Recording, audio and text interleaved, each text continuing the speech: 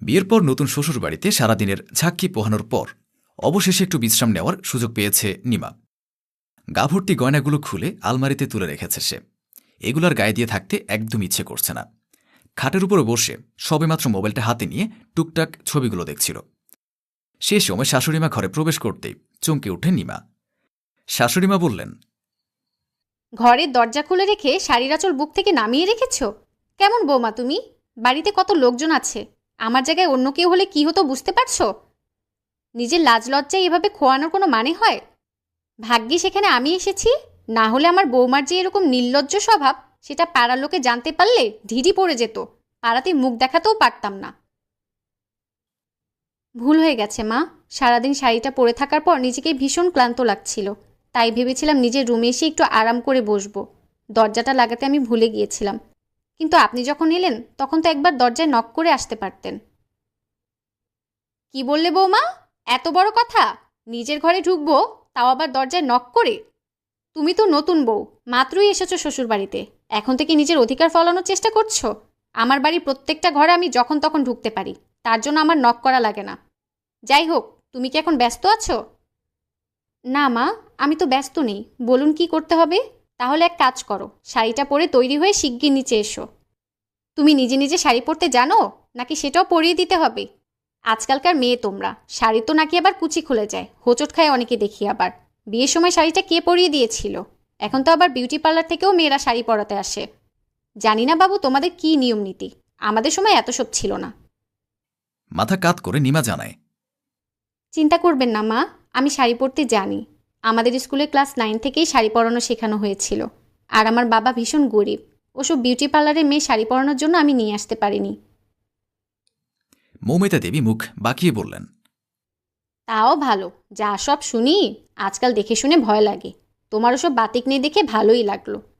ঠিক আছে, শাড়ি যখন পরতে পারো তখন তাড়াতাড়ি সেটা পরো আর নিচে চলে আসো।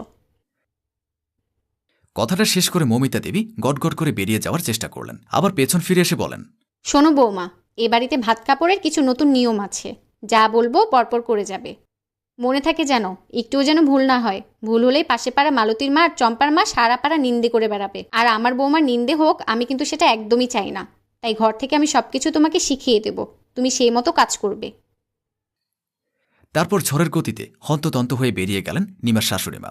যেন কত কাজ পড়ে রয়েছে তার, অথচ এই বাড়িতে 2টা কাজের মেয়ে আছে, তারা সব সময় কিছু না কিছু করতেই থাকে। মৌমিতা দেবীর কিসের এত তারা সেটা নিমা বুঝতে পারল না। এদিকে ভয়ে বুকটা যেন টিপটিপ করছে নিমার। এমনিতেই গৃহপ্রবেশের সময় দুধটা ঠিকমতো উতলয়নি বলে অনেক কানাঘুষো হচ্ছিল। তারপর ইয়া বড় জলের কলসিটা আরেকটু হলে পড়ে যাচ্ছিল, ছোটকে অনেকটা জল মাটিতে পড়ে গিয়েছিল।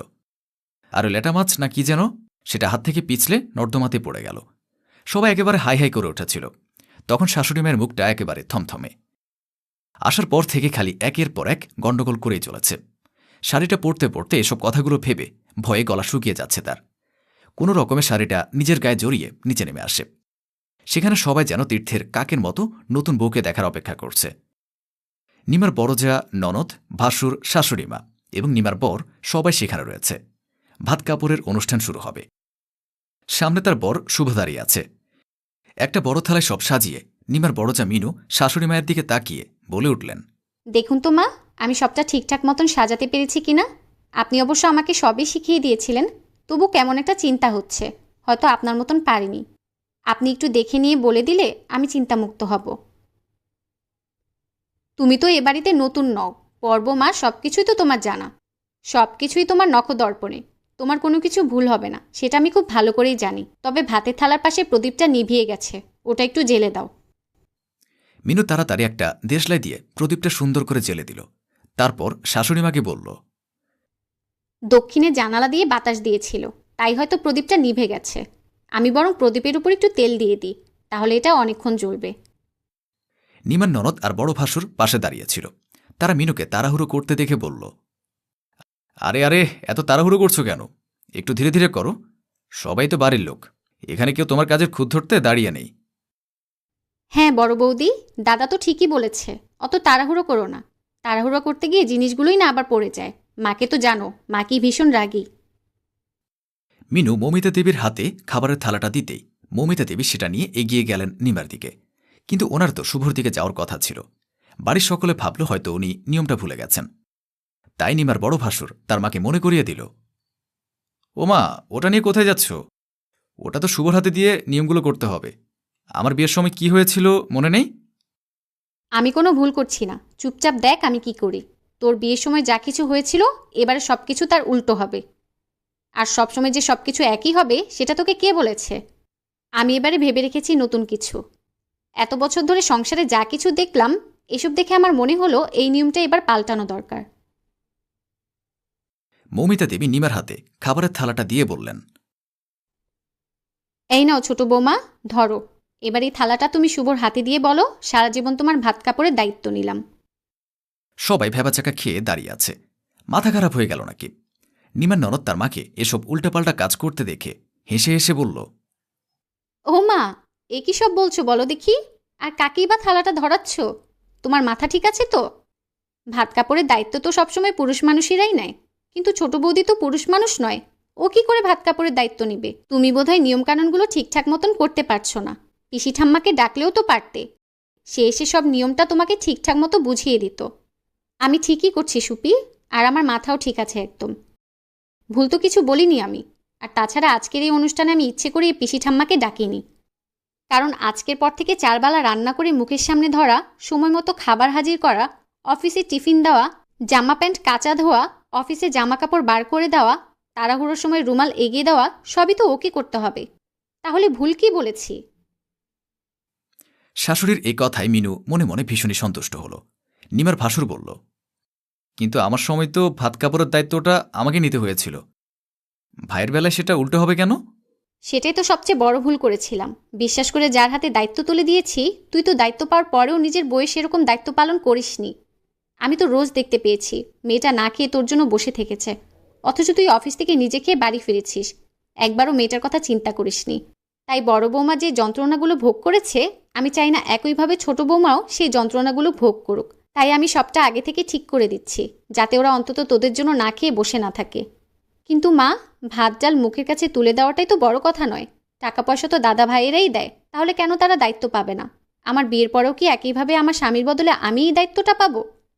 সে তো আমি এখন থেকে বলে দিতে পারি না, কিন্তু আমি চেষ্টা করব তোকে এমন ঘরে বিয়ে দেওয়ার যে ঘরের ছেলে কিংবা শাশুড়ি একটু হলো আধুনিক কালচার সম্পর্কে বোঝে। আর তাছাড়া দুটো পয়সা দিয়ে জিনিস ফেলে দিলেই নিশ্চয়ই দায়িত্ব নেওয়া বলে না। সারা জীবন ও গত দিয়ে খাটবে, ওই তো সব দায়িত্ব নিতে চলেছে ছেলের। তাই প্রত্যক্ষভাবে ওই তো ভাত কাপড়ের দায়িত্ব পাওয়ার যোগ্য, পরোক্ষভাবে শুধু শুভ পয়সা দিয়ে কিনে আনবে, এই আর কি। নাও নাও, দেরি করো না, ছেলের হাতে তুলে দিয়ে বলে ফেলো। বড় বৌমা, তুমি যাও তো, রান্নাঘরে গিয়ে আরেকটা থালায় সব থেকে বড় মাছের মুড়োটা দিয়ে সাজিয়ে আনো ছোট বৌমার জন্য। শাক আর উলুধ্বনির সমন্বয় নতুন নিয়ম পালন করে নিমা চোখের জলটা টুক করে মুছে নিল সবার আড়ালে। না, আর ভয় করছে না। সব শাশুড়িমা খারাপ হয় না, কেউ কেউ দুর্গতি নাশিনীও হন। তাকে চোখের জল মুছতে দেখে তার বর শুভ বলল, দেখেছ এবারের মায়েরা কত আধুনিক, আমরা যে জিনিসটা ভাবতে পারিনি সে জিনিস মাছ করে দেখালেন। আশা করি তুমি এই নিয়ম নীতি সুন্দরভাবে পালন করতে পারবে। তুমি ঠিক বলেছ শুভ। আমার সময় যে নিয়মটা করার সাহস দেখায়নি মা, আজ সেই নিয়মটাই মা করে দেখালেন। আমারও খুব ভালো লাগছে। আমার না হোক, অন্তত একজনের তো এ বাড়িতে সম্মান বাড়ল। হয়তো তখনও করতাম, কিন্তু সে সময় তোমাদের বাবা বেঁচে ছিলেন, আর উনি বেঁচে থাকাকালীন এই নিয়ম পালন করা আমার পক্ষে সম্ভব ছিল না। বছরের পর বছর আমি সংসারের জন্য নিজের অনেক কিছু ত্যাগ করে গেছি, তবুও দিন শেষে আমাকে শুনতে হয়েছে সারাদিন কি করো, শুধুই তো বসেই থাকো। তাই আমি ভেবেছি বাড়ির বউরা যে সম্মানটুকু পাওয়ার যোগ্য, সে সম্মান তাদের দেওয়া উচিত। আমরা শাশুড়ি মায়েরা যদি তাদেরকে সঠিক সম্মান দিতে না পারি, তাহলে তারা কোথাও থেকে এই সম্মান পাবে না। সব থেকে আগে জরুরি বাড়ি থেকেই সম্মান শুরু করা। কারণ একটা মেয়ে অন্যের পরিবারে বউ হয়ে আসে শুধুমাত্র রান্নাবান্না করার জন্য নয়, বরং তার উপরে এই সংসারের সমস্ত দায়িত্ব চাপে। তাই তাকে মন থেকে সম্মান করাটা আমাদের সকলের কর্তব্য। মায়ের এ সিদ্ধান্তে সকলে ভীষণ খুশি হল এবং সবাই মিলে মায়ের দিকে তাকালো। সুপি বলল, জানি না আমি তোমার মতন শাশুড়ি পাবো কিনা, কারণ এই ধরনের মানসিকতা এখনো সবার মধ্যে তৈরি হয়নি। তবে এটা ভীষণ ভালো লাগছে যে আমার দুই বৌদি এবার থেকে এ বাড়িতে মাথা উঁচু করে বাঁচতে পারবে। সকল ঘরে তোমার মতন মানসিকতার শাশুড়ি মায়েরা জন্ম নিক, তাহলে হয়তো এই পৃথিবীতে সংসার নামক রঙ্গশালায় ঝগড়াঝাটির কোনো অস্তিত্ব থাকবে না।